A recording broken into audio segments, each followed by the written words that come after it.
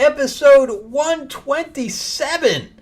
Are these comics going to make good film and television shows? We have Neo Before Zod, we have Batman and Dylan Dog, and we have Conan the Barbarian. Let's check them out right now.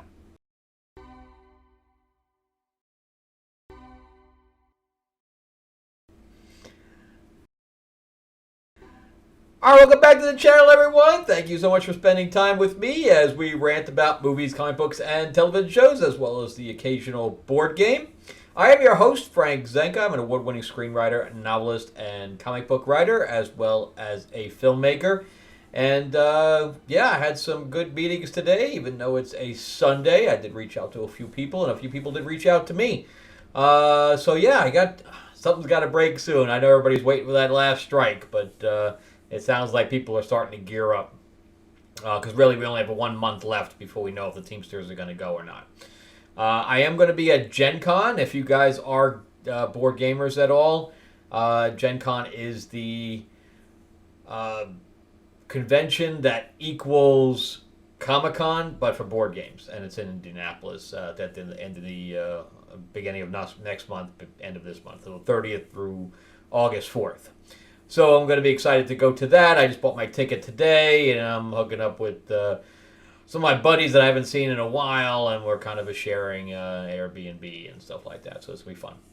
Anyway, let's jump into Neo Before Zod. Before we do, remember to give me that like, give me that subscribe if you can, ring the bell. And if you're interested in anything that I've written in the past, you can check out the link in the description below to my Amazon page, and Lords of LA, which you can kind of see behind me, my vampire mob in the 50s. The second issue is just about done. It is 48 pages, why it's taken a little longer. It's almost triple a normal comic book. So, and we're going to talk about a 60-page book in here too. So let's get into Neo Before Zod. This is by DC Comics. This is Joe Casey. This is the second to last issue before this thing ends. I thought it was going to go to 12, but it's going to end at 8. And originally it was slotted to go for 12, but 8's probably a good number.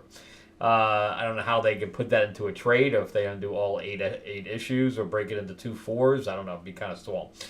But anyway, Zod had his own planet, and somehow he has I don't even know what the bottle planet is now, but he had the bottle planet. The bottled city, of Kandor, which I don't know why Superman's not looking for it. But either way, he has it, and then he sent his son away, who is now part of Sue's Sinister Sons, and he was a bit of a brat anyway, but I can't imagine just sending your son away. And then, on top of that, Ursa got killed, and she's still dead, so apparently she's not coming back. And Zod left the planet, and then took over a prison ship, of which now he is commanding all these criminals, but the Emerald Empress was in one of the sealed cells, and she is now out, and she's a bit crazy. So the artwork is okay in this, but you can see that suddenly she changes clothes, which I also think is weird. But you can see there's really no detail in the faces of this at all, and you're going to notice that the inker just didn't feel like inking a face or faces, because this happens throughout the book. Look, they just decided they just didn't want to ink any description on the faces, so he just blacked it. That's lazy shit, man. For DC Comics, that's lazy. But anyway, there's a whole big battle here of the Eye and the Empress, who uses the Eye as her weapon. And whenever she says I, like I'm doing this, or I see you, it's EYE. So every time she says I, meaning herself, it's EYE. But anyway, so we have a robot there that's kind of commanding the ship as far as navigation is concerned, and sensors, and he's kind of a one-man navigation port, I guess. But anyway, there's a battle that's kind of taken off, where we have 2 of the inmates fighting each other. And then the Empress comes in and says, I'm the new leader here, and you guys are all crazy. And she starts saying naming names of people that aren't really there and stuff like that. But the Eye is constantly messing with Zod, and it rolls on the floor. People pick it up, but you can see that she sees him as another person, and I'm gonna get revenge on you, and blah blah blah. Meanwhile, there's an entity outside, which is kind of random, that starts eating the ship. That's pretty random, man. So, and we still have the inmates doing weird stuff, and the Emerald Empress is just frying them, and apparently having a good time doing so. So Zod decides to take her outside. Well, he doesn't decide that. The dog guy opens the hatch and pushes them out. But it ends up working out for Zod. So he's strangling her, and they end up getting eaten by the entity, except the entity has digestion and pukes out Zod. But apparently, I'm not even kidding, he literally pukes out Zod. And apparently the Emerald Empress is still in there when it flies away. So he got rid of her. She might still be alive in there. I'm sure she is. Get rid of Zod, except Zod is and then one guy that says, I possess loyalty, I'm now loyalty to you, nobody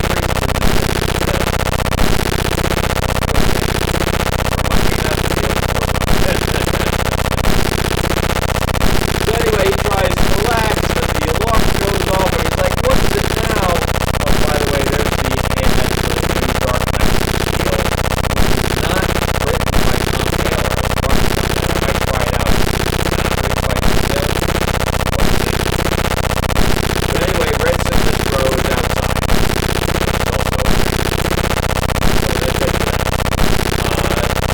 I like it. It's just, I think this is a little bit too going on with the entity going inside and then going up.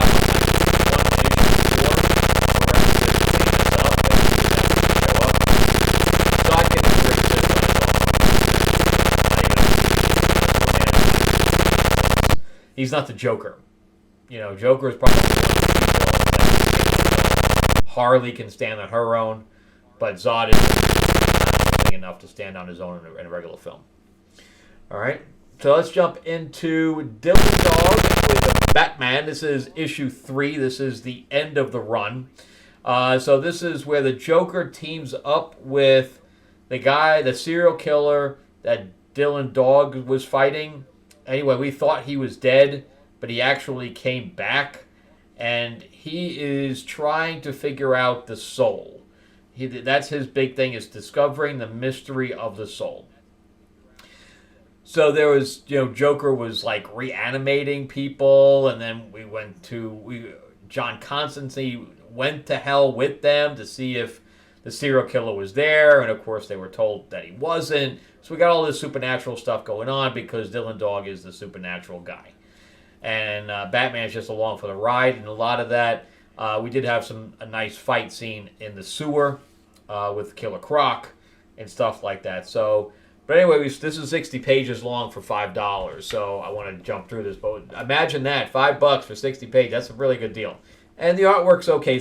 I like the look and feel of it because it's very moody. And that's what kind of propels this thing. And there's Constantine in the back.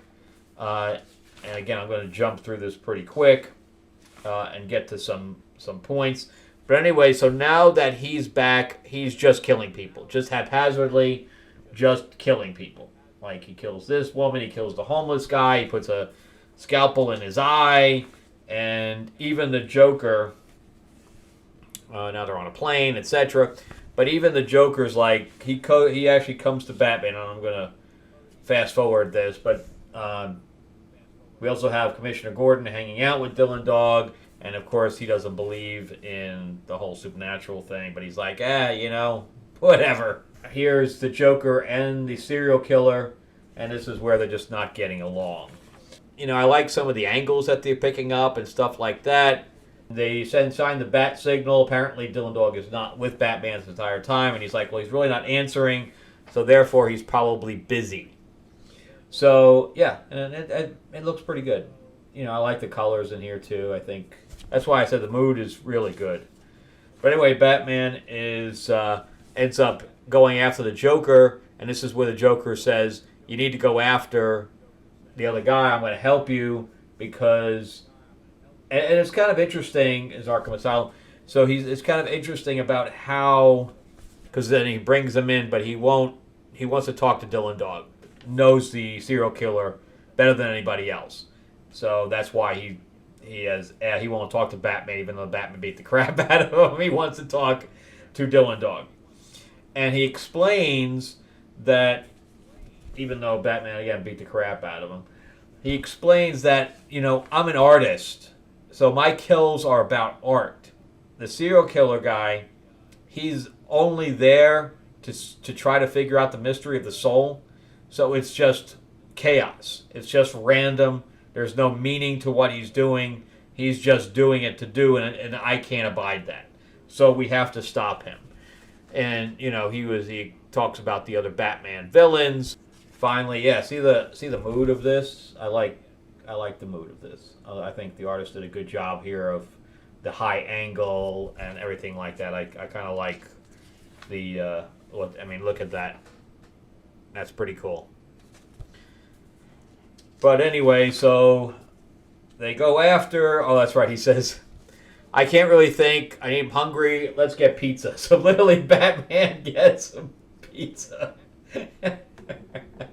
And he says, "Do you want a slice?" And he says, "I don't eat that shit, man." That's funny. So if you're not collecting this, it's only 3 issues, and it's $15 for 60 pages each. It's pretty good. So the serial killer feels that Dylan Dog knows the information that he's looking for, what the meaning of the soul is. And instead of the bat signal, they put it up that Dylan Dog will meet him in Crime Alley, and Batman tries to explain pretty much what Crime Alley is to him, but I don't think he understands it. But anyway, they use him as bait, and we have axes going all over. They can't kill him because he wants the information. He does look like he cuts his leg there. I don't know why his leg's not cut off, but it does look like he cuts him there. But he does walk around, so I don't know. I don't quite get that. But again, look how moody that is. It's pretty cool. So, yeah, see? Yeah, if you're not collecting this, it's this ends it, so it's only 3 issues. But anyway, we got a fight scene with Batman. They end up. This is where it gets kind of strange. So they go to this seer chick, another mystic, and they're gonna say, he says, "Constantine, are you gonna control yourself?" And also the guy that's the demon. And he's like, yeah, we're going to control ourselves. I'm like, all right, I will send this guy to this afterworld place. See, they end up taking him to almost like a heaven, and that's where they drop him. I mean, you look at that artwork. Even though it doesn't have a lot of detail, I think the artist and the colorist had a really good idea of what they were looking for. So he says, "A place of peace where everything is in harmony and every soul is complete. So you can imagine such a place is like for me without even a scalpel to cut the souls into pieces." He says, "It's going to be your hell." And he says, exactly. They're basically sending him to his personal hell, but it's beautiful. So figure that out. But he and Batman, but say that it was a pleasure working with one another, even though I think that they're semi-lying. It's half and half. And, that Batman is the protector, and that's how it ends. So, yeah, good stuff. Will work as a film? I think so. That would be pretty cool. You got Constantine in there. You got the guy who does the demon in there. And, I mean, putting Batman into supernatural things doesn't quite fit. There's always that, really? But having the Joker in there also, I think there's a lot to that. I think it'll make a good movie. Yeah.